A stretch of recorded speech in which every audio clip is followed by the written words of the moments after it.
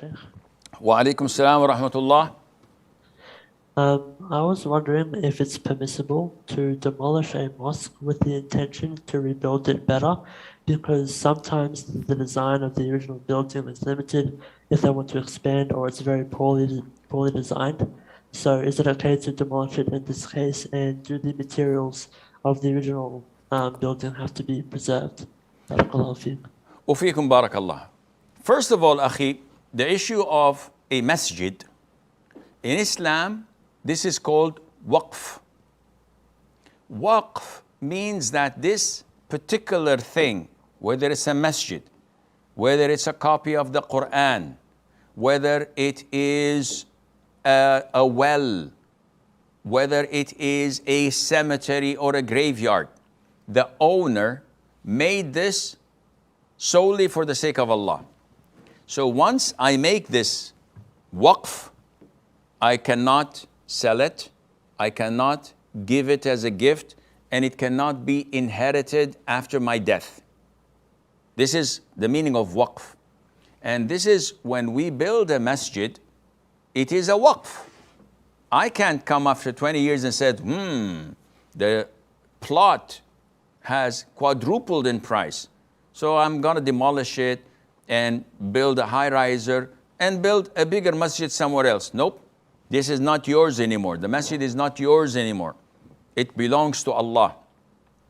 Having said that, such a masjid that is waqf for the sake of Allah, no one has control over it, no one has a say in it, except the Muslim ruler and the Muslim judge who was appointed by the ruler to do what? If there's a need to demolish the masjid, why? Because there is a need. There's a highway that is crossing the area, and all the Muslims, the engineers said that we need to build it this way, or it will cause a great deal of hardship upon the Muslim community. Or the masjid was built ages ago, there are cracks in the wall, it's bound to fall.